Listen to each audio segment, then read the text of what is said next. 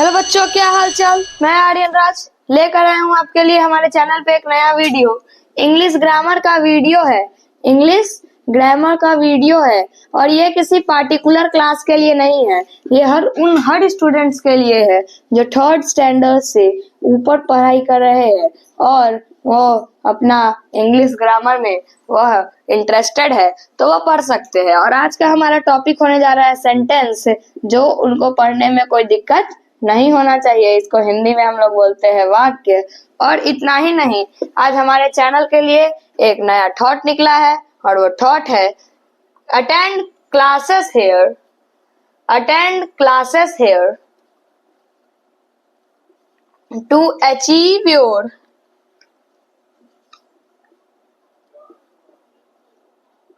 Future targets. यहाँ आप classes attend करेंगे। क्या अटेंड करेंगे बउआ? क्लासेस अटेंड करेंगे तो आपका फ्यूचर टारगेट अचीव हो सकता है। तो इसीलिए हमारे चैनल का क्या नाम है? Future target classes. समझे? ठीक है, तो सेंटेंस शुरू करते हैं।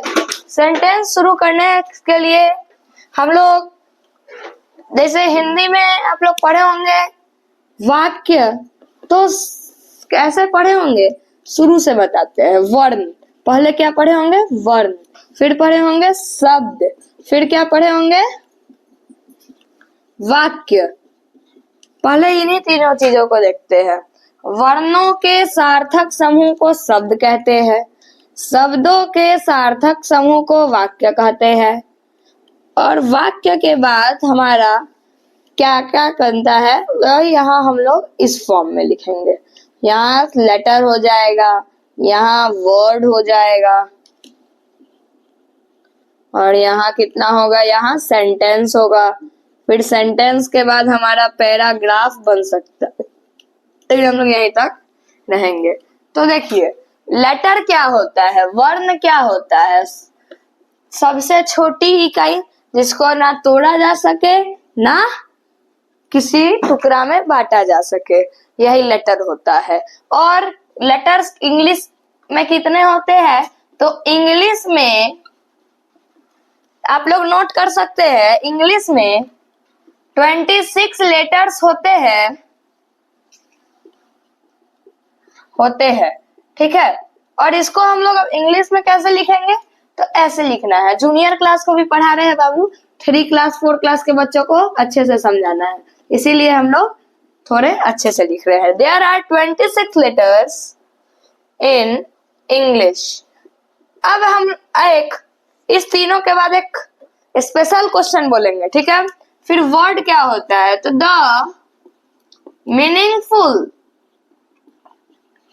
मीनिंगफुल, सार्थक मतलब meaningful group of letters together is called word। यहाँ हमने क्यों नहीं लिखा? इंग्लिश का चर्चा क्यों नहीं किया बाबू? जूनियर बाबू लोग बताइए। तो लेटर्स में हमने लेटर्स के डिफिनीशन में क्या लिखा? जैसे ये हम लोग लेटर का डिफिनीशन नहीं लिखे, लेटर के बारे में लिखे। तो यहाँ हम क्यों नहीं लिखे? क्योंकि हमको पता है कि हमको पता है कि हम इंग्लिश पढ़ रहे हैं, और मान लेते हैं नहीं भी पता है तो इसलिए इंग्लिश का चर्चा नहीं किए। क्योंकि लेटर्स अगर हमने लिखा तो लेटर वर्ड जो है वो इंग्लिश शब्द है, इंग्लिश वर्ड है। वर्ण वर्ड जो है वो हिंदी वर्ड है या संस्कृत वर्ड है, इंग्लिश वर्ड नहीं ना है। या लेटर तो दूसरे कोई लैंग्वेज का वर्ड नहीं है, इसी कारण नहीं लिखा।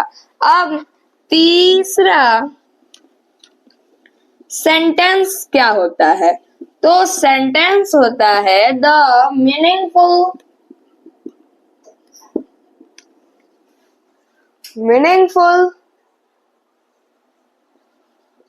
ग्रुप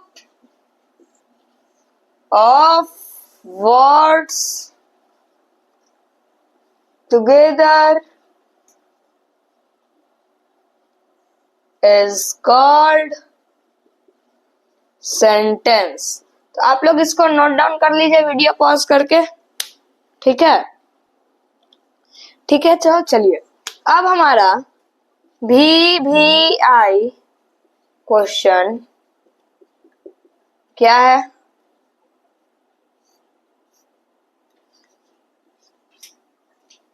हाउ मेनी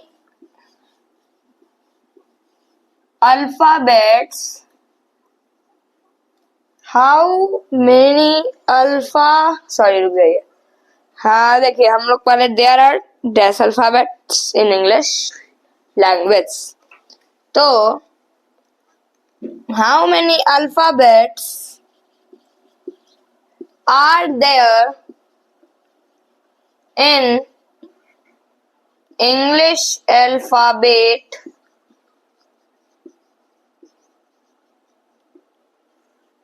और इसका मात्र आपको बनाने के लिए ऑब्जेक्टिव क्वेश्चन है, 5 सेकंड का टाइम दिया जाता है। Time starts now. Time up. तो बहुत बच्चों ने सोचा होगा 26 सेंटेंस का डिफिनीशन आप लोग नहीं नोट करिएगा, क्योंकि तो आगे जिन्होंने भी स्टैंडर्ड 26 डिफिनीशन सोचा है, क्या सोचा है 26, उनको बता दे कि आपका जो आंसर है वो बिल्कुल सही नहीं होने जा रहा है। सही आंसर क्या होने जा रहा है? 0 भी नहीं सही होने जा रहा है, 0 भी नहीं सही होने जा रहा है। सही आंसर जो होने जा रहा है वो 1 होने जा रहा है। क्योंकि हम लोग क्या लिखते हैं इसको, जो सीनियर क्लास में भी बहुत बच्चे होते हैं जिनको नहीं पता रहता है, वो भी ध्यान दे सकते हैं, लेकिन ये जूनियर क्लास के बच्चे ज्यादा अच्छे से ध्यान दें। हम लोग क्या लिखते हैं? There are 26 letters in English alphabet. English alphabet में 26 लेटर्स होते हैं। ये तो चर्चा नहीं किया गया है कि इंग्लिश अल्फाबेट, इंग्लिश में 26 अल्फाबेट होते हैं, इस चीज का चर्चा नहीं किया गया है। इंग्लिश में एक ही अल्फाबेट होता है, और अल्फाबेट मतलब क्या होता है हिंदी में? तो हम बोल सकते हैं एक तरह से वर्णमाला। क्या बोल सकते हैं? वर्णमाला। वर्णमाला। ओके, तो हम लोग का टॉपिक सेंटेंस है, और अभी तक हम लोग सेंटेंस को उतना अच्छा से अभी बोले भी नहीं है अच्छा से। चलिए, सेंटेंस का हिंदी होता है वाक्य। जो नोट करना चाहेंगे वो नोट कर लेंगे। अभी से हम सेंटेंस का डिफिनीशन भी लिखवा देते हैं। वैसे आप पॉज करके नोट डाउन, या बोल बोल के मैं लिख रहा हूं तो नोट डाउन कर सकते। तो सेंटेंस का डिफाइन पीछे से लिखिएगा। क्या लिखेंगे? देयर आर 5 टाइप्स, कहीं कहीं 4 भी रहता है। There are 5 types of sentence. पहला, रुक जाइए,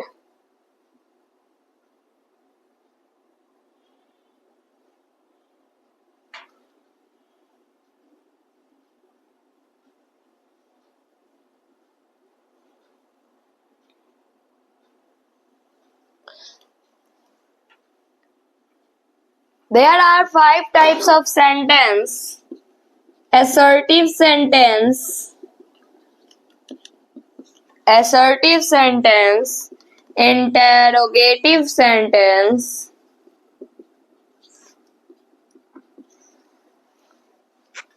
imperative sentence, optative sentence और एक्सक्लामेटरी सेंटेंस। कहीं कहीं 4 टाइप्स बताया जाता है, उसमें ऑप्टेटिव और एक्सक्लामेटरी एक कर दिया जाता है और एक्सक्लामेटरी ही कर दिया जाता है। हम आपको दोनों तरीके से बताएंगे, क्योंकि इस दोनों का जो एक तरह से जो प्रॉपर्टी है इस दोनों टाइप ऑफ सेंटेंस का, वो लगभग सेम है। मतलब 90% थोड़ा थोड़ा डिफरेंट है, बस 90% सेम है। ओके, तो हम लोग ये लिख लिए होगा, नहीं लिखे हैं तो पॉज करके कर लीजिए। हम लोग अब पहले सेंटेंस के बारे में बात करेंगे। किस सेंटेंस के बारे में भैया? Assertive sentence. और असर्टिव सेंटेंस को जानने से पहले हम लोग एक बार चर्चा कर लेते हैं कि जो भी बच्चे यह वीडियो देख रहे हैं वो सबसे पहले क्या करना है, उनको ABCD Z तक याद होना चाहिए। ठीक है, ABCD Z तक याद होना चाहिए। उनको how to write English, English देख के कैसे लिखना है वो अच्छे से आना चाहिए। वो किसी भी क्लास में है, doesn't matter. How to read English story, paragraphs, newspaper, English कैसे पढ़ा जाता है वो उनको आना चाहिए। उसके बाद वो किसी भी क्लास में हो वो पढ़ सकते हैं। ठीक है, असर्टिव सेंटेंसेस, तो हम लोग असर्टिव सेंटेंस को भी आप जानेंगे। चलिए सुनिए, हम लोग जो अभी तक लिखे, ठीक है, अभी इसको देखने से पहले हम लोग अभी तक जो भी लिखे उसको पहले एक बार रिकैप कर लेते हैं। कुछ छोटे छोटे बच्चे हैं और जो लिख रहे हैं उनके लिए एक और डिफिनेशन है, तो एक और डिफिनेशन है जो थोड़ा अच्छा लगेगा। ए ग्रुप ऑफ वर्ड्स, अच्छे से लिखते हैं नहीं तो किसी किसी को नहीं दिखेगा। A group of words put together in a certain order which gives लिख सकते हैं, या order giving its complete sense, मतलब पूरा अब हम लिख दिए, हम मीनिंगफुल लिखे थे, वो एक जगह गलत भी है और एक जगह सही भी है। ठीक है, वहां हम वीडियो में एडिट करते टाइम बोल देंगे, ट्राई करेंगे, वहां हम ये बात को ध्यान में रख देंगे। ठीक है, ये आप लोग अगर नोट करिए तो ये ज्यादा अच्छा रहेगा। ठीक है, वैसे ऐसा नहीं है नहीं भी बोलेंगे, क्योंकि वो भी कुछ गलत नहीं है। ठीक है, मीनिंगफुल ग्रुप तो है ही, क्योंकि ये कोई मीनिंगफुल ग्रुप क्या था, हमारा डिफिनेशन तो यही था, the meaningful group of letters. ऐसा ग्रुप हो लेटर्स का या सॉरी वर्ड्स का जो थोड़ा मीनिंग दे। यहाँ है वर्ड्स का ग्रुप हो जो एक साथ रख दिया जाए, तो टुगेदर वर्ड हमारे भी डिफिनेशन में था। हमारे डिफिनेशन में सर्टेन ऑर्डर नहीं था, तो सर्टेन ऑर्डर नहीं था तो ऐसे भी कोई दिक्कत नहीं है, क्योंकि हम ऐसे भी लिख सकते हैं, I am a boy, am I a boy, am I not a boy। आप लोग बोलिएगा निगेटिव आपको नहीं आता है तो छोड़ दिएगा, I am not a boy, why am I boy। किसी को दर्द है क्या कि मैं लड़का हूँ या लड़की हूँ, किसी को कोई दिक्कत नहीं है, तो हम लोग इसके आगे अभी हम लोग एफर्मेटिव निगेटिव पे नहीं जा रहे हैं। फिर लिख लीजिए, देयर आर 5 टाइप्स, भाई आर है एन नहीं है, there are 5 types of sentence। कौन कौन सा भैया? assertive, interrogative, imperative। चलिए आप लोग भी बोलिए, हम अभी लिखवाया ना पीछे, बोलिए तो चौथा क्या होगा? निगेटिव होगा ना, ऑप्टेटिव। और पांचवा बता दीजिए, एक्सक्लामेटरी। चलिए माइक साहब चल रहे हैं ना, चलिए अब हम लोग लिख लीजिए, असर्टिव के आगे सेंटेंस लगा लीजिए, इंटेरोगेटिव के आगे सेंटेंस लगा लीजिए, इंपेरेटिव के आगे सेंटेंस लगा दीजिए, ऑपेटेटिव के आगे सेंटेंस लगा दीजिए, एक्सक्लामेटरी के आगे सेंटेंस लगा दीजिए।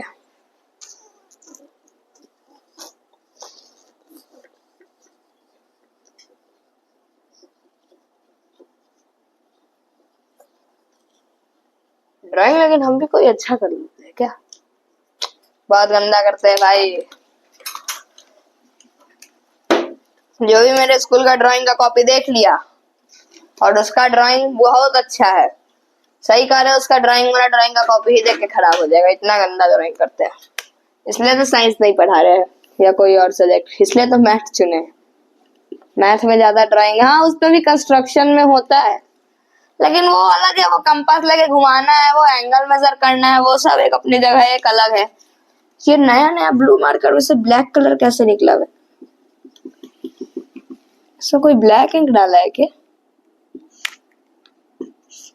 मार्कर बेचने वाले ने हमारे साथ स्कैम तो नहीं कर दिया? अच्छा कुछ भी किया हो, चल तो रहा है ना।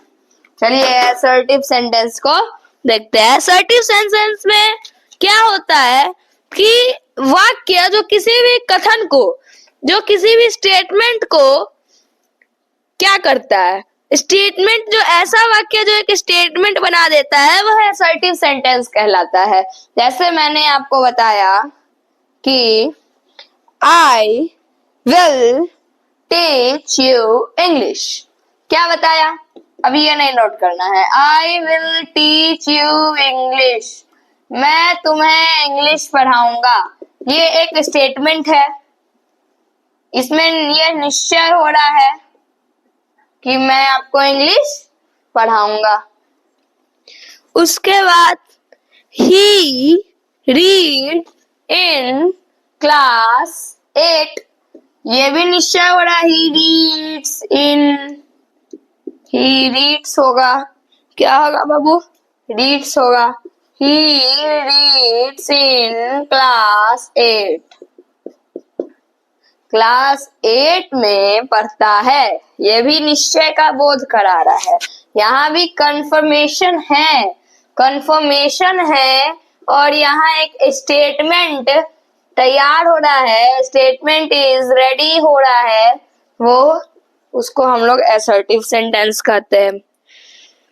फिर असर्टिव सेंटेंस में सामान्यता, कॉमनली उसके पहले सब्जेक्ट आता है, तब वर्ब आता है, और फिर ऑब्जेक्ट आता है, और वाक्य हमेशा फुल स्टॉप से ही एंड करता है। तो असर्टिव सेंटेंस का डिफिनीशन नोट डाउन करेंगे।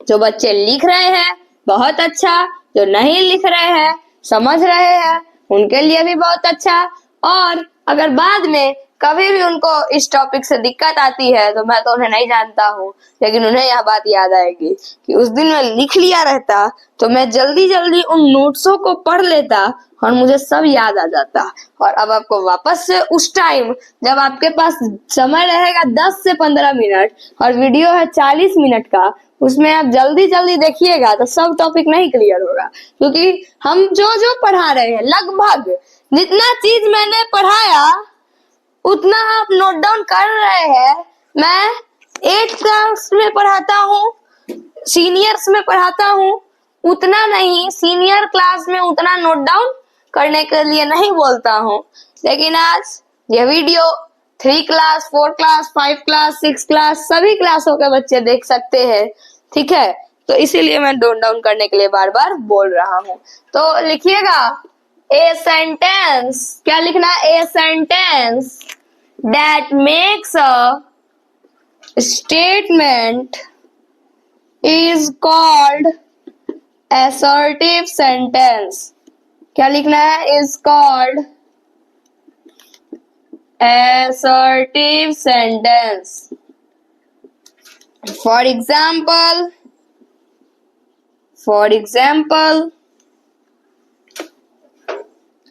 I, सभी लोग लिखेंगे I read in, या I read in क्लास, और आपका जो भी क्लास होगा वो लिख लीजिएगा, मैं 8 लिख देता हूँ। फिर दूसरा लिखेंगे आर्यन सर, क्या लिखेंगे? आर्यन सर टीच, या लिख सकते हैं Aryan sir is teaching us English, क्या लिख सकते हैं? Aryan sir is teaching us English, ठीक है? लिख सकते हैं ना कि Aryan sir is teaching us English. अब क्या लिखेंगे? नोट करके लिख लेंगे, एक हैशटैग दे देंगे और नोट करके लिख देंगे।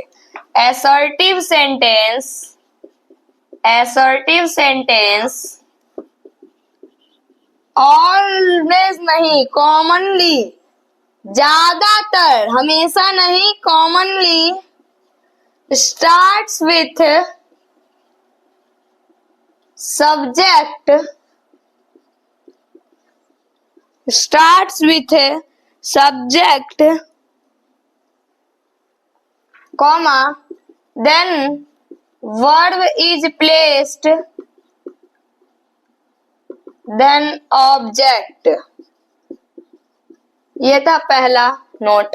अब दूसरा नोट लिखेंगे, assertive sentence से always end with full stop और ब्रैकेट में दे देंगे फुल स्टॉप। इस महीने एक यह चैप्टर पढ़ा रहे हैं और दूसरा पढ़ाएंगे पंचुएशन, वो भी दोनों हर क्लास के लिए रहेगा, ठीक है। तो पंचुएशन चैप्टर का नाम क्या है, एक सेकंड बताते हैं। Chapter punctuation and the use of capital letters, ठीक है। तो ये आप लोग नोट डाउन कर लीजिए वीडियो पॉज करके, तब तक हम भी आगे आप लोगों को देखते हैं। और इतना ही नहीं, अगर असर्टिव में यहाँ आप लिख सकते हैं I do not read, Aryan sir is not teaching, मतलब इसको निगेटिव भी आप बना सकते हैं। चलिए आगे, इंट्रोगेटिव सेंटेंस लिख रहे हैं, लिख लीजिए, कोई बात नहीं, वीडियो पॉज कर लीजिए, फिर जब वीडियो पॉज करके लिख लीजिए तो सुनिए आगे बोल रहे हैं। इंट्रोगेटिव सेंटेंस, जिस वाक्य के द्वारा कोई प्रश्न पूछा जाता है वह इंटेरोगेटिव सेंटेंस कहलाता है। आप स्क्रीनशॉट भी ले सकते हैं, बाद में लिख लीजिएगा। जिस वाक्य के द्वारा कोई प्रश्न पूछा जाता है वह इंट्रोगेटिव सेंटेंस कहलाता है। जैसे व्हाट इज योर नेम, तुम्हारा नाम क्या है, प्रश्न पूछा जा रहा है। आर यू अ स्टूडेंट, क्या तुम एक विद्यार्थी हो, यह भी एक क्वेश्चन पूछा जा रहा है। Why did he not go there, यहाँ निगेटिव है, तभी भी क्वेश्चन पूछा जा रहा है कि वह वहां क्यों नहीं गया। Why did you not go to school yesterday, तुम कल विद्यालय क्यों नहीं गए थे। इंट्रोगेटिव सेंटेंस किसी इंट्रोगेटिव वर्ड या ऑक्सिलियरी वर्ब से ही शुरू होता है। इंट्रोगेटिव वर्ड लिखा गया है लेकिन हम उसको WH वर्ड भी बोलेंगे, क्योंकि WH वर्ड मतलब होता है what, why, how, where, what, why, how। ये जो WH वर्ड से क्वेश्चन पूछा जाता है और सभी वर्ड WH से स्टार्ट होते हैं और सभी WH वर्ड नहीं होते और सभी WH वर्ड से स्टार्ट होते हैं और जो एक बस हाउ होता है वो WH स्टार्ट नहीं होता है। तो ये who, whom, whose, which, what, where, when, how, why, etc interrogative word से WH क्वेश्चन वर्ड है, WH वर्ड्स, ठीक है। तो जल्दी लिख लीजिए, हम कुछ ज्यादा चेंजिंग करेंगे। यहाँ असर्टिव मिटाएंगे, यहाँ वन के आगे इसको मिटाएंगे, two interrogative sentences. A sentence क्या लिखना है, अ सेंटेंस, इसको मिटा देंगे। आप लोग नहीं मिटाने लगिएगा जी, सीनियर वाले पेन से काटेंगे नहीं, जूनियर वाले पेंसिल से मिटाएंगे नहीं। Ask a question is called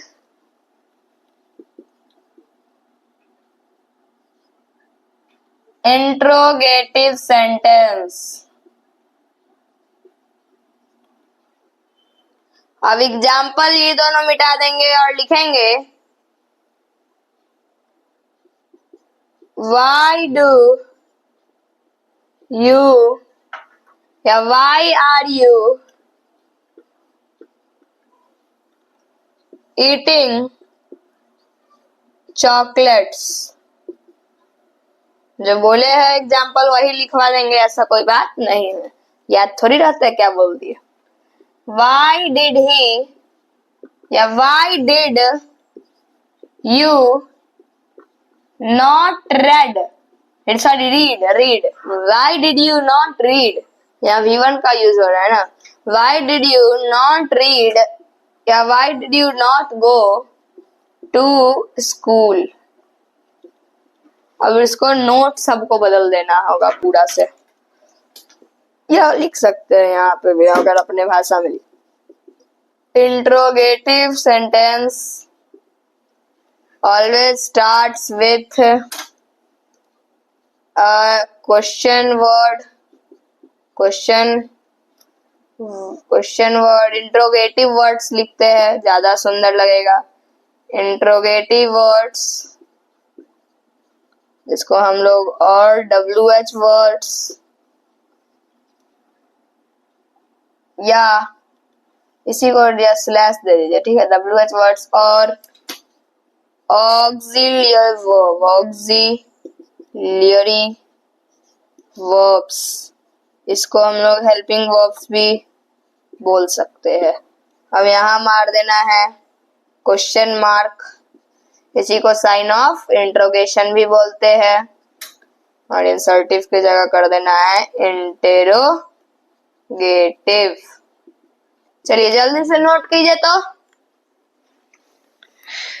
interrogative sentence हो गया। आगे इंपरेटिव सेंटेंस, जिस वाक्य में आज्ञा, अनुरोध या सलाह का भाव प्रकट होता है वह इंपरेटिव सेंटेंस कहलाता है। A sentence that expresses an order, a request or a piece of advice is called an imperative sentence. जैसे bring a glass of water, एक गिलास पानी लाओ।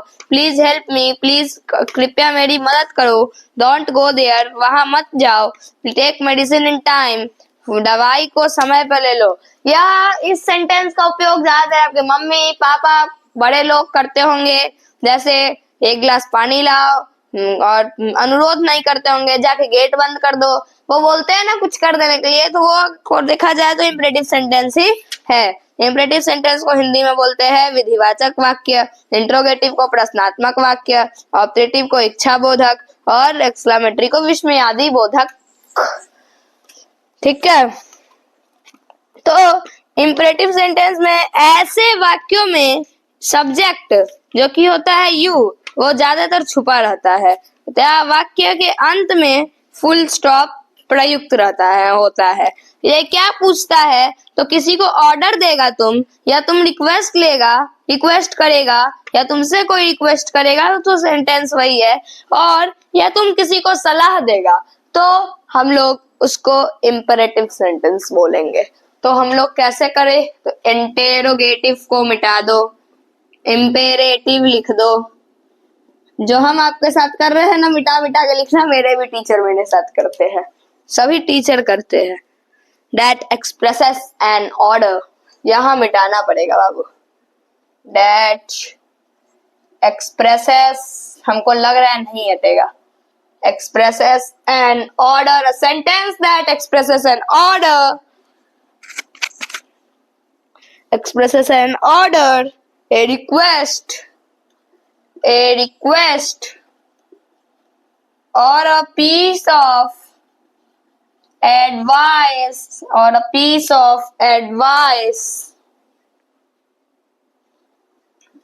advice is called an imperative sentence। ये मिटा दो, पहला लिखो don't go there.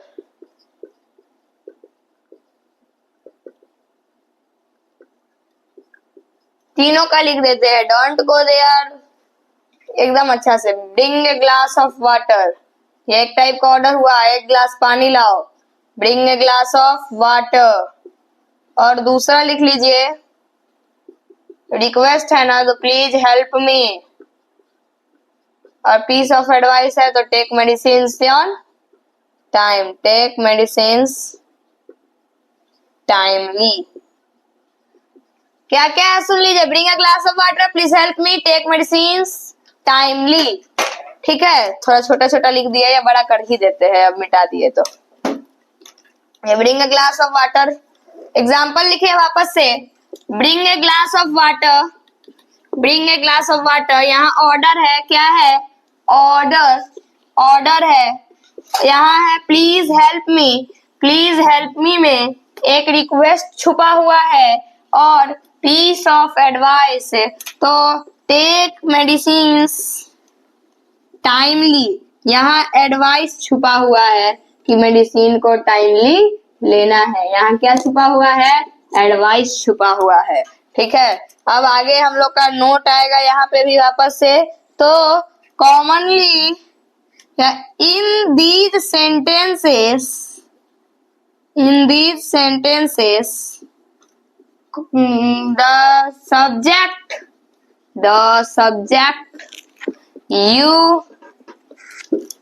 commonly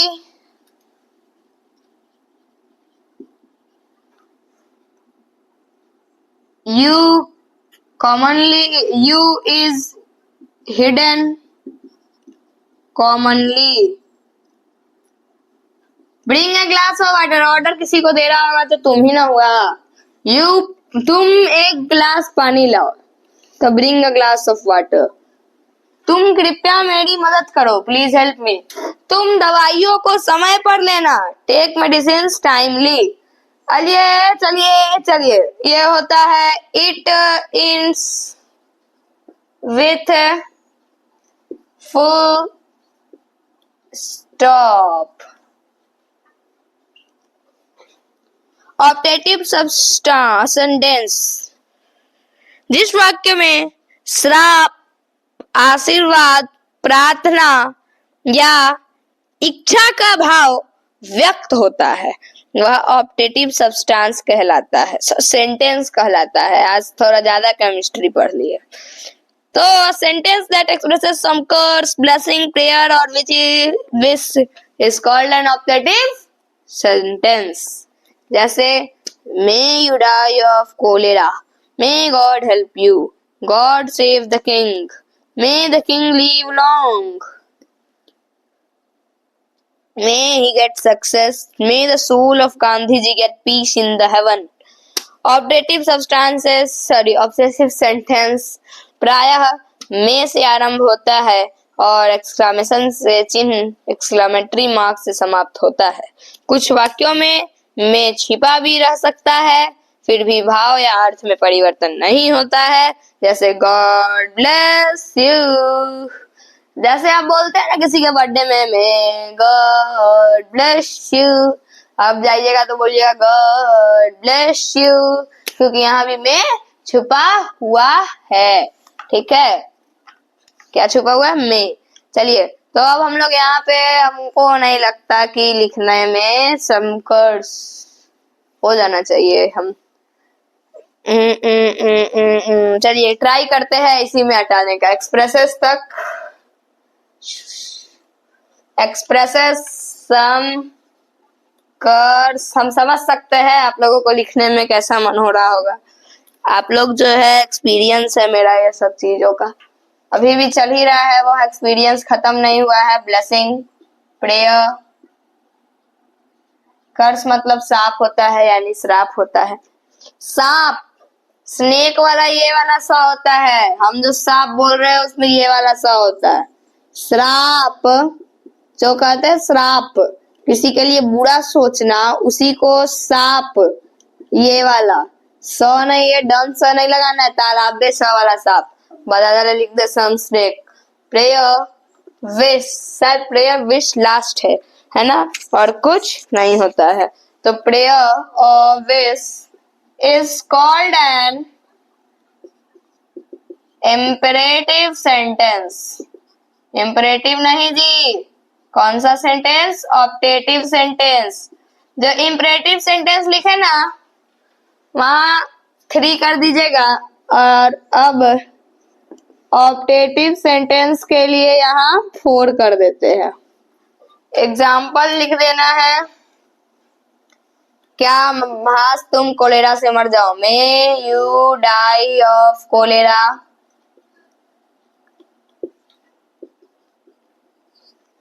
May you die of cholera। May he get success. यहाँ नोट एक ही होगा या दो होगा तो एग्जाम्पल भी लिखना होगा, ठीक है। Note may is hidden sometimes but meaning is meaning doesn't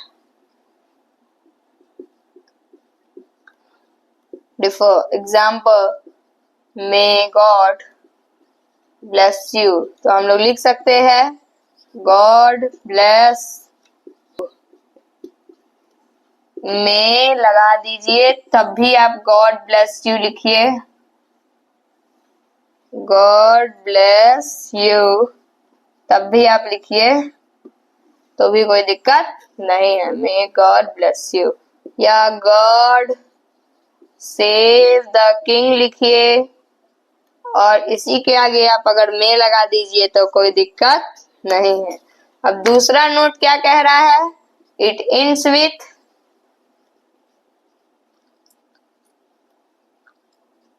exclamatory sign. क्या होगा एक्सक्लामेटरी साइन, ये डाल दिया यहाँ, ऐसे होता है। सीधा लाइन भी नहीं खींचा रहा है, बताइए, बोले नहीं मेरा ड्राइंग बहुत अच्छा है। यहाँ साइड में बन गया, चलो। अब हो गया रिगार्ड्स। अच्छा, अब क्या करना है, अब पहले नोट करना है, वीडियो पॉज करके स्क्रीनशॉट ले लेना है और एक्सक्लामेटरी सेंटेंस के बारे में जानना है। ओके, तो अभी सेकंड लास्ट टॉपिक, जल्दी जल्दी सुनिए। जिस वाक्य से प्रसन्नता, दुख, आश्चर्य, घृणा कहाँ गया, घृणा या प्रशंसा की तीव्र अभिव्यक्ति का बोध होता है, मतलब स्ट्रॉन्ग फीलिंग का बोध होता है, एक्सप्रेस करता है, वह एक्सक्लेमेटरी सेंटेंस कहलाता है। A sentence that expresses some sudden or strong feeling of the mind is called an exclamatory sentences। जैसे what a beautiful scene it is, what a fall, how dark the night is, well done Mohan, alas I am ruined। अब यार हम सोच रहे हैं इसको पूरा मिटाए और जल्दी जल्दी लिख दे, मिटाने और लिखने में ही ज्यादा टाइम लगता है क्योंकि टाइम बहुत हो गया वीडियो का। एक्सक्लामेटरी सेंटेंस बोल बोल के लिख रहे हैं, आप लोग भी मेरे साथ नोट करिए, नहीं होता है तो फिर लास्ट में वीडियो देख लीजिएगा।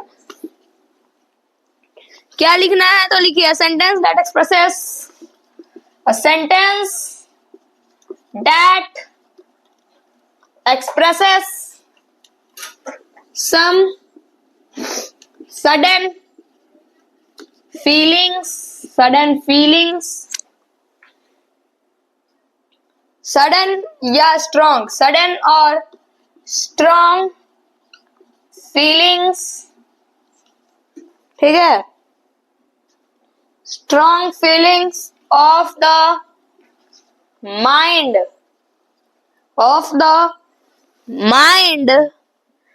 is called an exclamatory sentence, is called an exclamatory sentence। Example क्या, में, ये में से नहीं होता है, अच्छा में से भी एक्सक्लेमेटरी सेंटेंस होता नहीं है, व्हाट से होता है, ऐसे लिखाएगा, what a beautiful scene it is, what a beautiful scene it is, what a beautiful scene it is. दूसरा, वेल डन,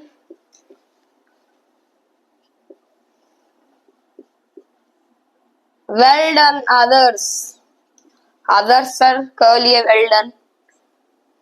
वेल डन का क्या मतलब, ये हाँ किसी भी आदमी का किसी चीज की प्रशंसा की जाती है, तारीफ की जाती है, या बुराई की नहीं कह सकते, या कह भी नहीं सकते क्या कि प्रसन्नता, दुख, आश्चर्य, घृणा या प्रशंसा की तीव्र अभिव्यक्ति का बोध होता है, सडन और स्ट्रॉन्ग फीलिंग का बोध होता है। अलास आई एम रूइंड, क्या था? अल्लाह। मैं रुंड नहीं हुआ हूँ, ही इज रुंड। अब वो कौन है? जो भी वीडियो को अच्छे से देख रहा है उसके लिए धन्यवाद, बहुत बहुत धन्यवाद करेंगे आपका। This sentence always and with exclamation या एक्सक्लामेटरी मार्क। ठीक है, चलिए आगे देखते हैं। आगे अब लास्ट टॉपिक है सेंटेंस का, ये सब हो गया। बस क्या है, एफर्मेटिव और निगेटिव क्या होता है। एफर्मेटिव और निगेटिव, यहाँ सकारात्मक हो, मतलब सॉरी यस का सेंस हो, और यहाँ नो का सेंस हो। जैसे आई एम अ बॉय, या लिखते हैं राम, या लिखते हैं रोहन इज ए बॉय। यहाँ लिख दे Rohan is not a boy. यहाँ लिख दे रोहन इज ए गर्ल। यहाँ लिख दे Rohan is not a girl. तो यहाँ नहीं का बात हो रहा है कि वह लड़की नहीं है, तो ये असर्टिव नहीं, एफर्मेटिव नहीं, एफर्मेटिव और निगेटिव होगा। और ये सिर्फ असर्टिव सेंटेंस में नहीं, क्वेश्चन मार्क वाला में भी होता है। जैसे am I eating, am I not eating, ये इंट्रोगेटिव का हो गया। उसके बाद interrogative affirmative, interrogative negative, assertive affirmative, assertive negative. Tense में इसी को एफर्मेटिव जो होता है वो असर्टिव अफर्मेटिव होता है, निगेटिव जो होता है वो असर्टिव निगेटिव होता है, इंट्रोगेटिव जो होता है वो असर्टिव नहीं इंट्रोगेटिव अफर्मेटिव होता है, और इंट्रोगेटिव निगेटिव जो होता है वो इंट्रोगेटिव निगेटिव ही होता है। WH वाला जो होता है वो WH अफर्मेटिव होता है, और WH निगेटिव जो होता है वो WH निगेटिव ही होता है। ठीक है, फिर हमारा ये तो हो गया प्लीज या read, read your books, do not read your books.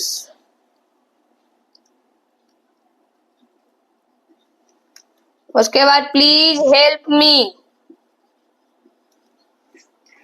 ये भी दवाई हो गया है, हमको ऑप्टेटिव ना दिखाना। मे गॉड ब्लेस यू, मे लिख सकते हैं, ऐसा नहीं है कि नहीं लिख सकते हैं, गलत नहीं होगा। May God not bless you, ये समझा रहे हैं, ये लिखने का कुछ खास जरूरत नहीं है।